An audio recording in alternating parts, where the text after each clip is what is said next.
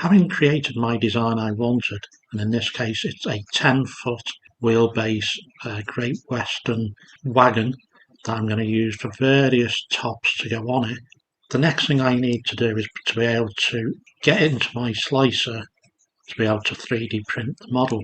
In my case, I'm going to be using Chitubox 2.2 beta.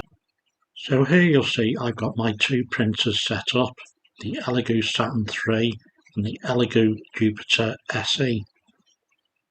In this case I'm going to be using the Elegoo Saturn 3. So I'm now going to bring in my model, and I'm going to bring in my 10-foot wheelbase chassis. So here you can see the design has come in.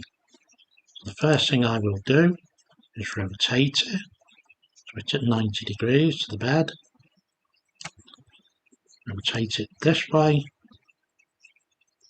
Again, I want that at 90. Can be a little bit fiddly, but we'll get there in the end.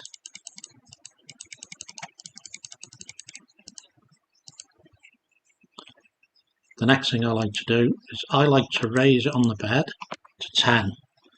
Obviously you can do whichever you like, but this is what I find works. Now I'm going to print it at this angle.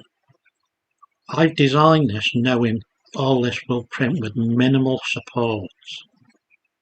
We then need to go here, and I like to use light supports, and I also like to make sure the raft shape is set to skate. Use auto supports. This takes a few seconds. Now here you can see it's added supports where they're not really needed. So I'm going to delete these. Have a little look around. This one's not needed.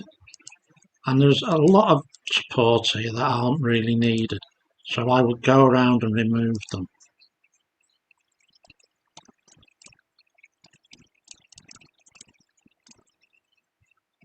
You might feel these supports are needed. I just know, because I've printed this a number of times, they're not needed.